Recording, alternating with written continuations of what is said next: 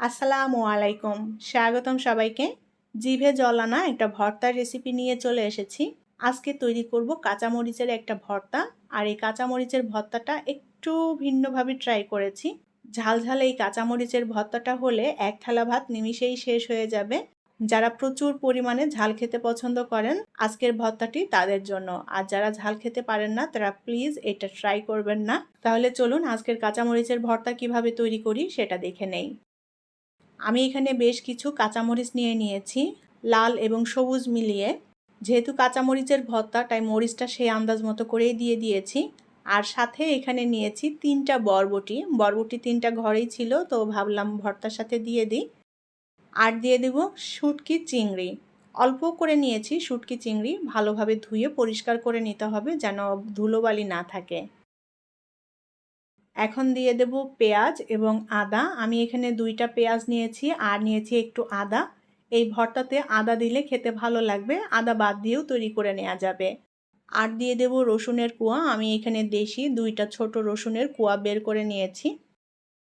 লবণ দিয়ে দেব স্বাদ মতো। আর দিয়ে দেব সামান্য হলুদের গুঁড়া, জাস্ট কালারের জন্য। হলুদ গুঁড়া না দিলেও হয়। এখন দিয়ে দেব সরিষার তেল। 1 টেবিল চামচের মতো দিয়ে দেব সরিষার তেল। এখন অল্প আছে এটা ভেজে নেব।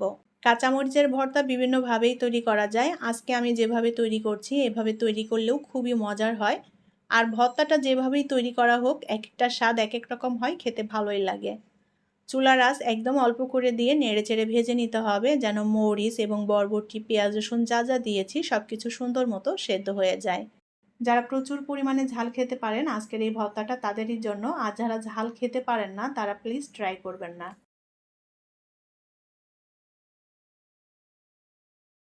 অল্প আঁচে সুন্দর করে নেড়েচেড়ে আমি ভেজে নিয়েছি সব কিছু একত্রে। বরবটি, কাঁচামরিচ, পেঁয়াজ, রসুন সব কিছুই সেদ্ধ হয়ে গিয়েছে আর একটু হালকা লালচে করে নিয়েছি। এখন এর মধ্যে দিয়ে দেব ধনেপাতা। ধনেপাতা দিয়ে সুন্দর করে নেড়েচেড়ে মিলিয়ে নেব। ধনেপাতাটা আমি অল্প করেই দিয়েছি, জাস্ট হালকা একটা ফ্লেভার আসবে এর কারণে, আর ভর্তার স্বাদটাও বাড়বে। নেড়েচেড়ে আরও কিছুক্ষণ ভেজে নেব।